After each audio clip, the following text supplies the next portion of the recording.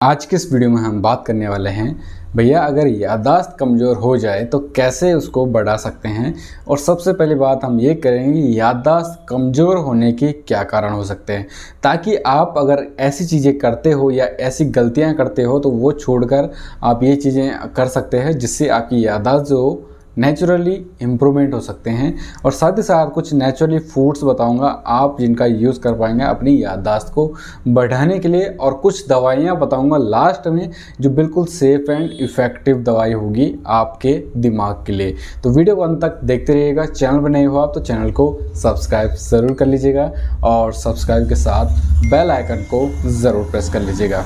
Guys, याददाश्त कमज़ोर होने के कई सारे कारण देखने को मिल जाते हैं और प्लस में ये कुछ एज फैक्टर पे भी डिपेंड करता है। सपोज करें किसी की एज 65-70 हो गई है, अगर उसकी याददाश्त कमज़ोर हो गई तो वो हम मान सकते हैं कि भैया एज की वजह से हो रहा है। लेकिन अगर कोई बच्चा है 18 से 20-22 साल का है, 30 साल का है, तो उसमें अगर याददाश्त की कमज़ोरी आ रही है तो उसके कई सारी प्रॉब्लम्स का सामना उनको करना पड़ सकता है, जैसे कि विटामिन B12 की कमी। विटामिन B12 को ही सबसे ज़्यादा माना जाता है कि आपकी याददाश्त कमज़ोर होने का कारण।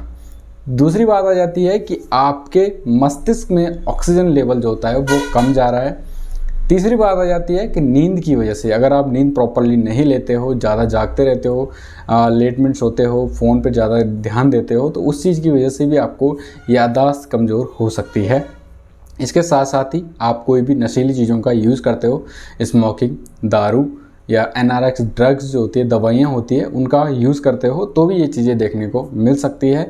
इसके साथ साथ ही कैंसर के उपयोग करने में, यानी अगर कैंसर की बीमारी का आपको इलाज चल रहा है, कीमो वगैरह चल रहा है, तो उसकी वजह से भी आपका जो होता है मेमोरी लूज़ होने के कारण हो सकते हैं। और इसके साथ साथ ही एक और चीज़ है जो आपको शायद पता नहीं होगी, नमक अगर बहुत तेज़ खाते हो आप तो नमक की वजह से भी आपका जो होता है सोचने समझने की क्षमता कम हो सकती है और इससे ब्लड प्रेशर भी बहुत ज़्यादा बढ़ जाता है। विटामिन B12 की वजह से ही आपके माइंड में जैसे स्ट्रेस रहना, चिड़चिड़ा रहना, थकावट रहना महसूस होता है, तो इसीलिए आपकी याददाश्त जो होती है धीरे धीरे कम होनी शुरू हो जाती है। इसके साथ साथ ही अगर आप ज़्यादा मीठा खाते हैं, यानी मीठे के ज़्यादा शौकीन हैं, तो मीठे की वजह से भी आपका मेमोरी लॉस हो सकता है, क्योंकि इससे दिमाग जो होता है सुस्त हो जाता है, यानी नींद आनी और लॉस होना कई चीज़ों को प्रॉब्लम कर सकता है अगर आप मीठे का ज़्यादा से ज़्यादा सेवन करते हैं। इसके साथ साथ ही अल्जाइमर रोग होता है जो बिल्कुल भूलने की बीमारी जिसको कहा जाता है, इसकी वजह से भी आपको ये प्रॉब्लम हो सकती है। यानी अगर इस कारणों की वजह से आपको अल्जाइमर रोग भी हो सकता है, ये चीज़ें हम भी देख सकते हैं। तो ये कारण होते हैं मेनली अगर आपको भूलने की बीमारी हो रही है या फिर मेमोरी लॉस हो रहा है आपका। तो इन चीज़ों को देखकर या इन कारणों को समझकर आप अपना इलाज कर सकते हैं। अब जैसे कि कुछ चीज़ें तो आप कंट्रोल नहीं कर सकते हैं, जैसे कि ऑक्सीजन लेवल कम होना, तो आप ये चीज़ें कम तो कर ही सकते हैं, जैसे अल्कोहल का कम करना, दवाइयों का सेवन कम से कम करना, और विटामिन B12 आप ज़्यादा से ज़्यादा ले सकते हैं। इसके बाद करते हैं कि इलाज कैसे इसका किया जाता है। अब हम बात कर लेते हैं पहले एलोपैथिक के बारे में। एलोपैथिक में बेसिकली इसमें ऐसा कोई परमानेंटली क्योर नहीं होता है, क्योंकि अंग्रेजी दवाइयाँ होती है एकदम आपका क्योर नहीं करके देती है, ये आपकी प्रॉब्लम को थोड़ी देर के लिए दबा देती है। यानी जैसे इसमें ज़्यादातर डॉक्टर्स होते हैं मल्टीविटामिन का यूज़ करवाते हैं, लेकिन उनसे ज़्यादा से ज़्यादा अल्जाइमर रोग तो नहीं जाता है, भूलने की याददाश्त तो बात की बात है, सबसे पहले उनका वेट बढ़ना शुरू हो जाता है। तो मैं ये नहीं कहूँगा कि आप एलोपैथिक दवाई का सेवन करना चाहिए। दूसरी चीज़ आती है कि नेचुरल तरीके से आप किस प्रकार से इसका इलाज कर पाएंगे। अब नेचुरली में आप कुछ फूड या ले सकते हैं, डाइट वगैरह आप ले सकते हैं, जैसे कि अखरोट का यूज़ कर सकते हैं क्योंकि इसमें ओमेगा 3 होता है, फैटी एसिड होता है जो आपके माइंड को शार्प करता है और एक्टिव रखने में मदद करता है। इसके साथ साथ ही आप अलसी के बीज या कद्दू के बीज का सेवन कर सकते हैं क्योंकि इसमें जिंक, मैग्नीशियम जैसे कई प्रकार के मल्टीविटामिन्स में मौजूद होते हैं। तीसरा चीज़ आता है सीड्स का। सीड्स में आपको विटामिन A, C, B6 और E जैसे जिंक, आयरन, मैग्नीशियम जैसे इंग्रेडिएंट्स मिल जाते हैं, यानी एक प्रकार का सप्लीमेंट्स होता है ये, उसको भी आप यूज़ कर पाएंगे। और कई लोग तो आपको पता होगा ड्राई फ्रूट खाते हैं, जैसे काजू, बादाम, वो इसलिए खाते हैं क्योंकि इसमें विटामिन C होता है, जिंक होता है, आयरन होते हैं और मैग्नीशियम जैसे कई प्रकार के मल्टीविटामिन में मौजूद होते हैं, जिसको आप माइंड को शार्प करने में या फिर क्लीन रखने में या स्ट्रेस लेवल को बनाए रखने में मदद कर सकते हैं। और विटामिन C ही आपके ब्लड सर्कुलेशन को इम्प्रूव करने में मदद करता है। इसके बाद आ जाता है आयुर्वेदिक ट्रीटमेंट, जो कि एक अच्छा ट्रीटमेंट है और सेफ एंड इफ़ेक्टिव होता है। किसी प्रकार के साइड इफ़ेक्ट्स इसमें नहीं देखने को मिलते हैं। मात्र एक दवाई से आप अपना माइंड को शार्प कर सकते हैं या फिर कहें तो याददाश्त को बढ़ा सकते हैं, जिसमें आता है आपका ब्राह्मी। ब्राह्मी आपको टैबलेट के रूप में, सिरप के रूप में, दोनों ही प्रकार से मिल जाते हैं। बेसिकली आपको ये ऑयल के रूप में मिल जाता है, मतलब हेयर के लिए, स्किन के लिए, कई प्रकार के रोगों में इसका यूज़ करते हैं। लेकिन ब्राह्मी एक प्रकार के बेसिकली माइंड के लिए इसको काफ़ी ज़्यादा इंपॉर्टेंस मिलती है और कई डॉक्टर इसका सजेशन भी आपको करते हैं।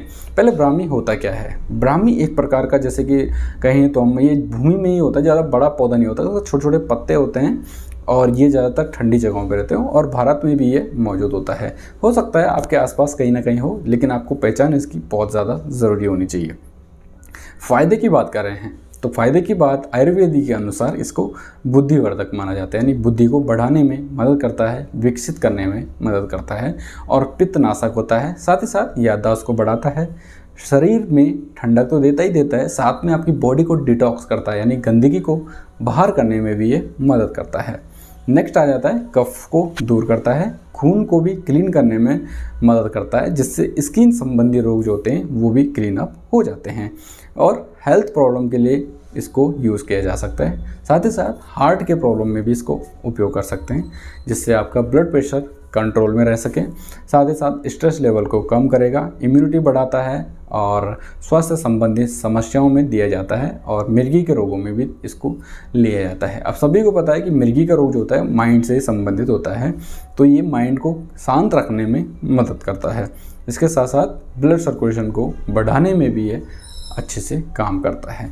तो इसी प्रकार से आपके दिमाग को भी शक्ति प्रदान करने में या मेमोरी बढ़ाने में कारगर साबित होता है। और दिमाग में एक छोटा सा हिस्सा होता है जिसको हिप्पोकैम्पस कहा जाता है, जिसकी वजह से जो होता है इंसान सोचने समझने की क्षमता जो होती है वहीं से कंट्रोल होती है। तो ये उसी पे काम करता है, यानी उसी की क्षमता को बढ़ाने में मदद करता है, जिससे आपकी याददाश्त बढ़ जाती है या फिर आपको भूलने की बीमारी जो होती है वो भी दूर होने में मदद मिलती है। अब ब्रांड नेम की बात करें तो आपको पतंजलि, डाबर, वैद्यनाथ या आपको झंडू जैसी कई सारी कंपनियों का मिल जाएगा, टैबलेट के फॉर्म में भी और सिरप के फॉर्म में भी। मैं किसी पर्टिकुलर ब्रांड का आपको नहीं बताऊंगा, जो अच्छे ब्रांड होंगे उनका लिंक आपको डिस्क्रिप्शन में प्रोवाइड करवा दूंगा। तो अगर आपको भी है समस्या याददाश्त की या भूलने की बीमारी की, बहुत टाइम हो गया है, ठीक नहीं हो पा रहे हैं, तो मेरा सजेशन यही रहता है आपको कि आयुर्वेदिक दवाइयाँ आपको यूज़ करनी चाहिए। और ब्राह्मी आपको कहीं पर भी इजीली मेडिकल में मिल जाएगा, सिरप के रूप में और टैबलेट के रूप में। उम्मीद करूंगा आज की इस वीडियो में आपको अच्छी जानकारी दे पाया हूं। वीडियो पसंद आए तो वीडियो को लाइक करें, चैनल पर नए हो आप तो चैनल को सब्सक्राइब ज़रूर कर लीजिए। मिलते हैं अपने नेक्स्ट वीडियो के साथ। Okay bye, tata and thank you for watching.